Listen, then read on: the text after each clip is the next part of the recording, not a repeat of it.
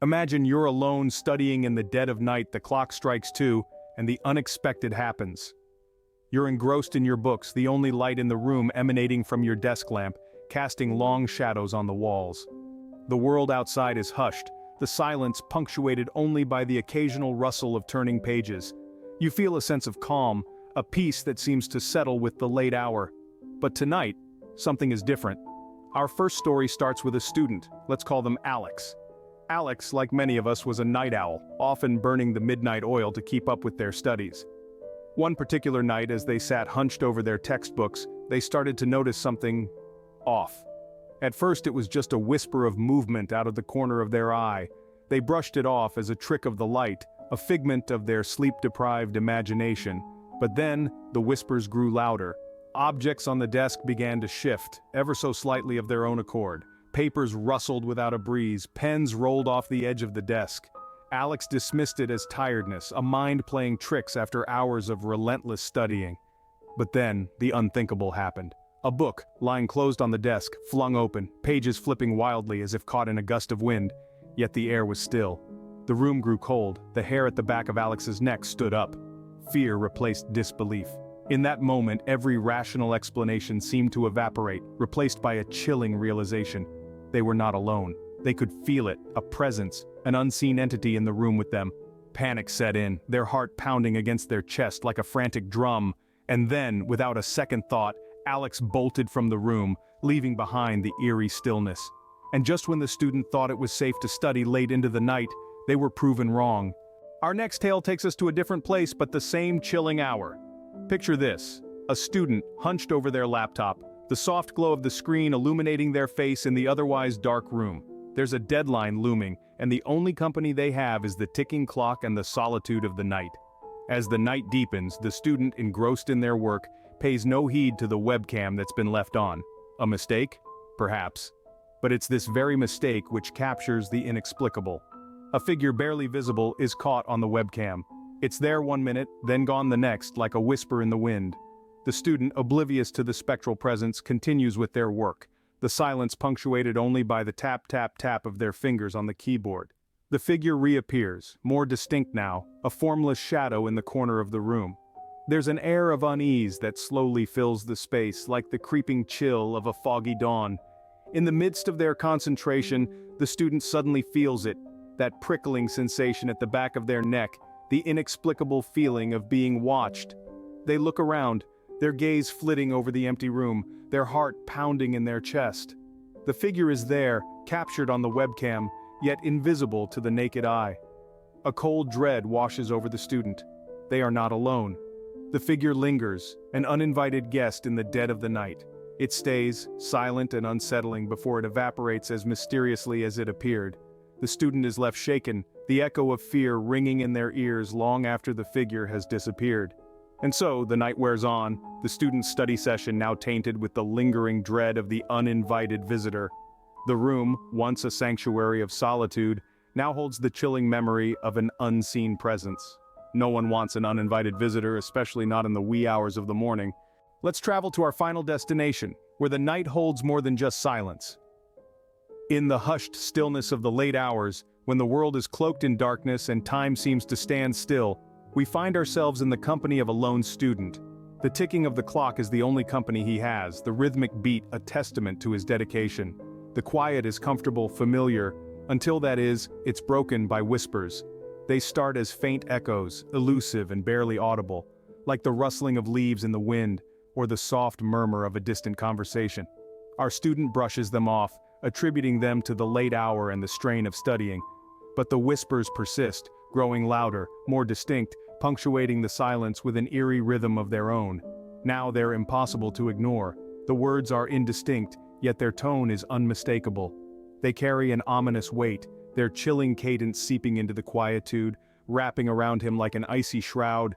The whispers aren't just noises anymore, they're presences, unseen specters that make the darkness feel heavy, oppressive. Driven by a mix of fear and curiosity, the student decides to record these strange sounds.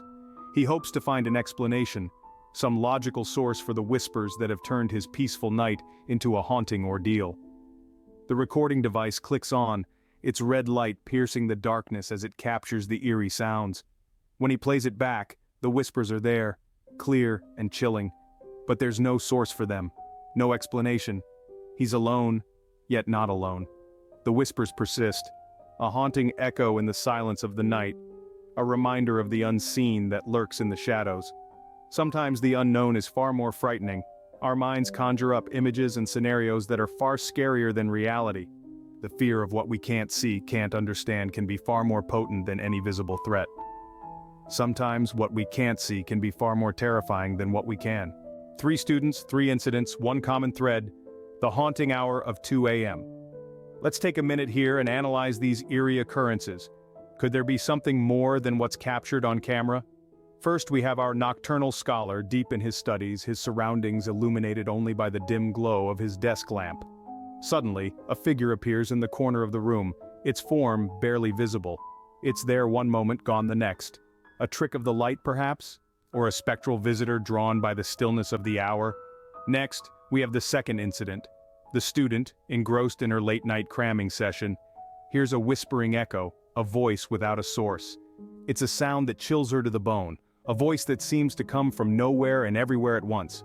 Could it be the wind playing tricks? Or is it something more sinister, a voice from beyond the veil? Finally, we have the third incident.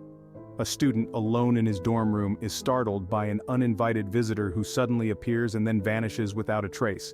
Is it a figment of his sleep-deprived imagination, or a ghostly apparition making its presence known? As we connect the dots, we notice a pattern. Each incident occurs at the same time, the bewitching hour of 2 a.m. Each student is alone, engrossed in their studies. Each encounter is brief, but leaves a lasting impression. Could there be a supernatural explanation? Or are these incidents simply the result of overworked minds and tired eyes playing tricks in the late-night hours? We could speculate endlessly, propose theories, and even seek scientific explanations. But the truth remains as elusive as the shadows that dance in the corner of our eyes. Each incident, unique in its own way, adds a new layer to the mystery, a new thread to the web of unanswered questions. Are these incidents just coincidences, or is there more to it than meets the eye? What can we take away from these chilling tales? We've journeyed through the eerie corridors of the unknown, where the ordinary turns extraordinary, and the familiar becomes unfamiliar. We witnessed the chilling hour, the uninvited visitor, and the haunting echo. Now, as we step back from the shadows, it's time to reflect on the lessons these incidents have imparted. First, we were introduced to the chilling hour. It reminded us of the unsettling reality that the nocturnal world holds mysteries that daylight cannot fathom. The lesson here is simple, yet profound. Time, as we perceive it, can be a deceptive friend. As we burn the midnight oil, let's not forget to acknowledge the uncanny power of the witching hour. Then, we met the uninvited visitor. This encounter emphasized that boundaries, whether physical or otherwise, are not always respected by the unseen forces. It taught us to be vigilant, to always be aware of our surroundings, even in the comfort of our own homes. And finally, we heard the haunting echo, a chilling reminder that sounds can be as palpable as touch, and silence can be as loud as a scream. This echo taught us to listen carefully, to be sensitive to the subtle changes in the ambiance around us. These stories aren't just tales spun to send shivers down your spine. They're lessons from the shadows, cautionary tales that remind us of the importance of staying safe and aware. They tell us that while we may be creatures of routine and familiarity, we should never let our guard down. As we wrap up this journey into the uncanny, let's remember these lessons and carry them with us into the witching hours of our lives. Let's remember to respect the unknown, to be vigilant in our surroundings, and to listen closely to the whispers of the night. Remember, when the clock strikes 2, it's not just time ticking away, but perhaps a warning that you're not alone. In the silence of the library, a phantom lurks. Have you ever found yourself alone, studying late in a library, surrounded by the musty scent of old books and the quiet rustling of turning pages? Imagine this: a student, engrossed in their research, suddenly notices an eerie shift in the atmosphere. The lights flicker, a cold breeze sweeps through the room, making the hairs on their necks stand up. A shiver runs down their spine, but they dismiss it as their imagination. Until a sudden gust of wind sends books flying off the shelves. The student jumps, startled, as an invisible force seems to be making its presence known. Frantically looking around, they catch a fleeting glimpse of a phantom in the reflection of their computer screen. A figure draped in the shadows, its eyes burning with an ethereal glow. The figure vanishes as quickly as it appeared, leaving the student in a state of shock and disbelief. The library, a place of knowledge, also holds secrets of the unknown. The phantom of the library, a chilling reminder that even in places we consider safe, the supernatural may be lurking just around the corner. In the corner of your eye, a shadow moves. Picture this.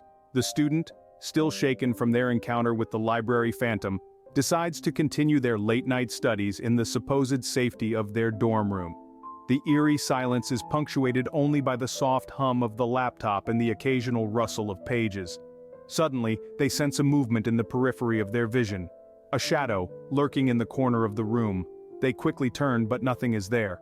The room is as it was, quiet, dimly lit, with the only movement coming from the curtains gently swaying in the night breeze. However, the feeling of being watched doesn't subside. It grows, turning into a cold dread that wraps around their heart. Suddenly, the student feels a cold touch on their shoulder, making them jump from their seat. They whirl around, but again, nothing. The room is empty, but the echo of the phantom touch lingers, a chilling reminder of the unseen presence. Shadows can play tricks on the mind, or reveal what we refuse to see.